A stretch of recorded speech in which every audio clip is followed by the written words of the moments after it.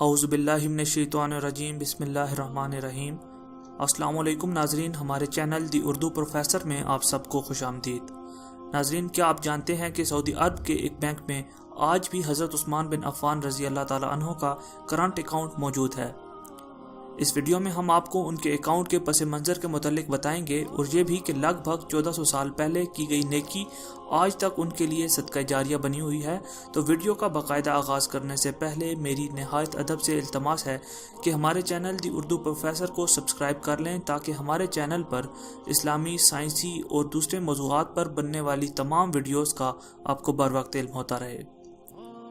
تو ناظرین، یہ جان کر آپ کو حیرت ہوگی کہ مدینہ منورہ کی میونسپلٹی میں سیدنا عثمان بن عفان رضی اللہ تعالیٰ عنہ کے نام پر باقاعدہ جائیداد رجسٹرڈ ہے، اور آج بھی حضرت عثمان رضی اللہ تعالیٰ عنہ کے نام پر بجلی اور پانی کا بل آتا ہے۔ نبوت کے 13ویں سال میں جب مسلمان ہجرت کر کے مدینہ منورہ پہنچے تو وہاں پینے کے پانی کی بہت قلت تھی۔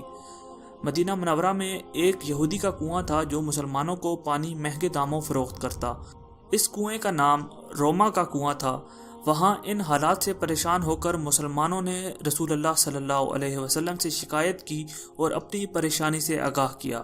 اللہ کے نبی صلی اللہ علیہ وسلم نے فرمایا، کون ہے جو یہ کنواں خریدے اور مسلمانوں کے لیے وقف کر دے؟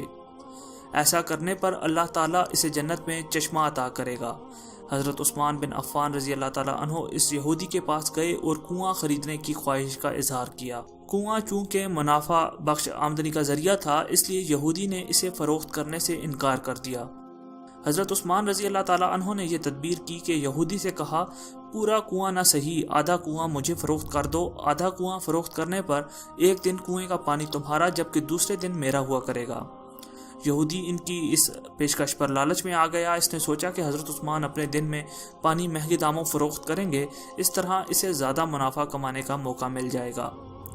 چنانچہ اس نے آدھا کنواں حضرت عثمان بن عفان رضی اللہ تعالیٰ عنہ کو فروخت کر دیا۔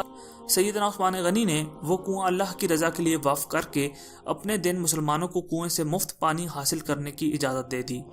لوگ حضرت عثمان غنی رضی اللہ تعالیٰ عنہ کے دن مفت پانی حاصل کرتے اور اگلے دن کے لیے بھی ذخیرہ کر لیتے۔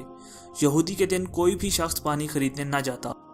یہودی نے دیکھا کہ اس کی تجارت ماند پڑتی جا رہی ہے، تو اس نے حضرت عثمان سے باقی آدھا کنواں بھی خریدنے کی پیشکش کی۔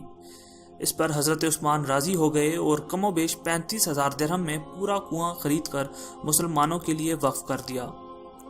اس دوران ایک مالدار آدمی نے عثمان غنی رضی اللہ تعالیٰ عنہ کو کنواں 2 گنا قیمت پر خریدنے کی پیشکش کی۔ حضرت عثمان نے فرمایا کہ مجھے اس کنویں سے زیادہ کی پیشکش ہے۔ اس شخص نے کہا، میں 3 گنا دوں گا۔ حضرت عثمان نے فرمایا، مجھے اس سے بھی کہیں زیادہ کی پیشکش ہے۔ اس آدمی نے کہا کہ میں 4 گنا زیادہ دینے کے لیے تیار ہوں۔ حضرت عثمان نے فرمایا، مجھے اس سے بھی کہیں زیادہ کی پیشکش کی جا رہی ہے۔ اس طرح وہ شخص رقم بڑھاتا گیا اور حضرت عثمان یہی جواب دیتے رہے، یہاں تک کہ اس آدمی نے کہا کہ حضرت، آخر کون ہے وہ شخص جو آپ کو 10 گنا سے بھی زیادہ کی پیشکش کر رہا ہے؟ سیدنا عثمان رضی اللہ تعالیٰ عنہ نے فرمایا کہ میرا رب مجھے ایک نیکی پر 10 گنا اجر دینے کی پیشکش کرتا ہے۔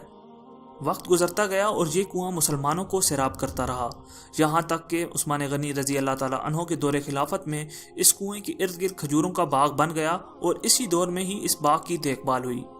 بعد ازاں آل سعود کے عہد میں اس باغ میں کھجور کے درختوں کی تعداد تقریباً 1550 ہو گئی۔ حکومت وقت نے اس باغ کے گرد 4 دیواری بنوائی اور یہ جگہ میونسپلٹی میں حضرت عثمان بن عفان رضی اللہ تعالیٰ عنہ کے نام پر رجسٹرڈ کر دی۔ وزارت زراعت یہاں کی کھجوریں بازار میں فروخت کرتی اور اس سے حاصل ہونے والی آمدنی سیدنا عثمان بن عفان رضی اللہ تعالیٰ عنہ کے نام پر بینک میں جمع کرواتی رہی۔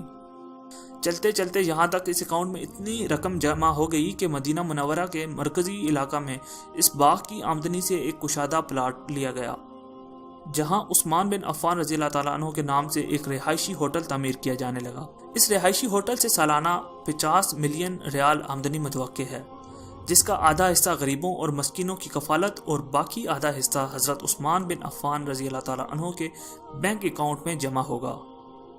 ذوالنورین سیدنا عثمان بن عفان رضی اللہ تعالیٰ عنہ کی اس عمل اور خلوص نیت کو اللہ رب العزت نے اپنی بارگاہ میں ایسے قبول فرمایا اور اس میں اتنی برکت عطا فرمائی کہ قیامت تک ان کے لیے صدقہ جاریہ بنا دیا۔